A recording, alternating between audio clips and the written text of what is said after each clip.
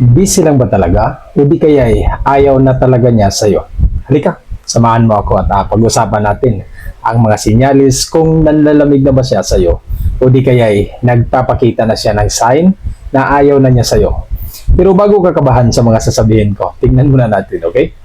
At para di na tumagal, una, palagi na siyang busy pagdating sa'yo. Kumbaga, wala na siyang oras sa'yo. Ang pagiging busy sa anumang bagay o trabaho ay masasabi nating normal.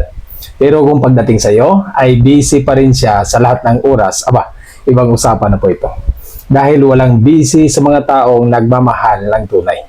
Kahit pa punong-puno siya ng lakad o schedule, ang taong ito ay kaya pa rin magbigay ng oras sa iyo.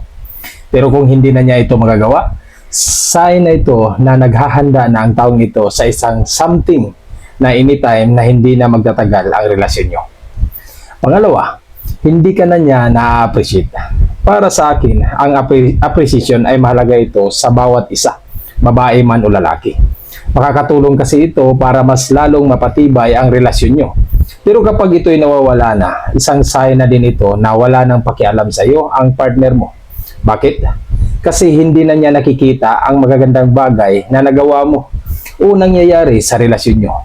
Kumbaga, imbis na i-appreciate niya ang mga bagay-bagay, pero hindi na.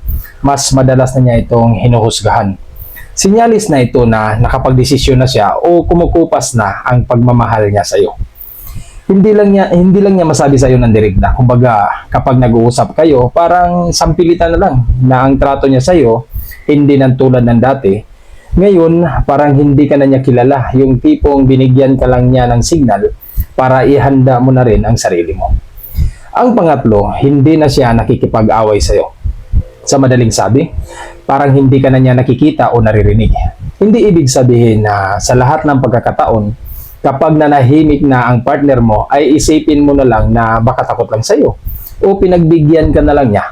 Ganito kasi yan, kapag ang partner mo ay nakikipag-away sa iyo, sinyalis yan na pinaglaban pa niya ang pagmamahal niya sa iyo at ang relasyon nyo.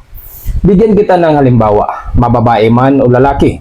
Kapag nag-cheating ka at yung partner mo nakikipag-away sa iyo, ibig sabihin, gusto pa niyang isalba ang relasyon nyo doon sa pagkakamali na nagawa mo.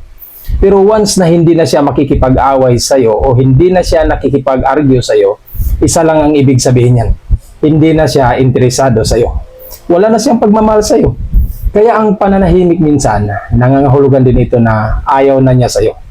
Yung tipong hinahayaan ka na lang niya kung ano man ang gagawin mo sa buhay. At ang pangapat, wala na siyang concern sa iyo o wala na siyang pakialam sa iyo. Napakahalaga nitong pangapat. Kasi kapag nawala ito sa babae man o lalaki, wala nang kwenta ang relasyon nyo. Parang pinutol nyo na ang koneksyon nyo sa bawat isa. Yung tipong wala na kayong pakialam sa mga bawat plano nyo. Sasabihin na lang, bahala ka na sa buhay mo. At ang panglima, hindi na siya nagkukwento sa iyo sa mga personal na buhay niya. Na kung yung dati naman, kapag may problema siya o may magandang nangyayari sa buhay niya, o di kaya may nagtitext o nagchat sa kanya, aktibo siya at kaagad niya itong sinasabi sa iyo. Pero ngayon, hindi na. Tinatago na niya ang mga ito. Kaya ang mangyayari, magtataka ka na ngayon. At kapag ipagdadamot na ng mga partner niyo ang mga information na ito, isang hudyat na ito na okay na siya na kahit umalis ka na sa buhay niya. Ang taong ito, kung kumustahin mo, ang palagi na lang isasagot nito, okay lang ako. Oo, maaring maitago niya ang balak niya sa iyo. Pero ang hindi niya maitago ay ang aksyon niya na hindi ka nakasama sa mga plano niya sa buhay. At ang panganim at ang panghuli, hindi na siya masaya kapag nandyan ka. Mabilis na siyang magalit at mainis sa iyo. Kung minsan lang nangyayari ito, baka pwedeng sabihin lang natin na normal. Pero kung tuloy-tuloy niya itong ginagawa sa iyo, sinyalis na ito na may nangyayaring kakaiba sa kanya. Halimbawa, nagkamali ka kahit napakaliit lang naman sana. Pero kapag nag-react siya, akala mo lalamunin ka na niya. Kumbaga, ang liit-liit na lang ng pasensya niya sa iyo.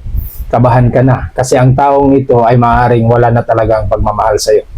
Dahil ang totoong pagmamahal ay punong-puno ito ng pasensya. Ibig sabihin lang nito, sinusubukan na niya na ilayo ang sarili niya sa iyo.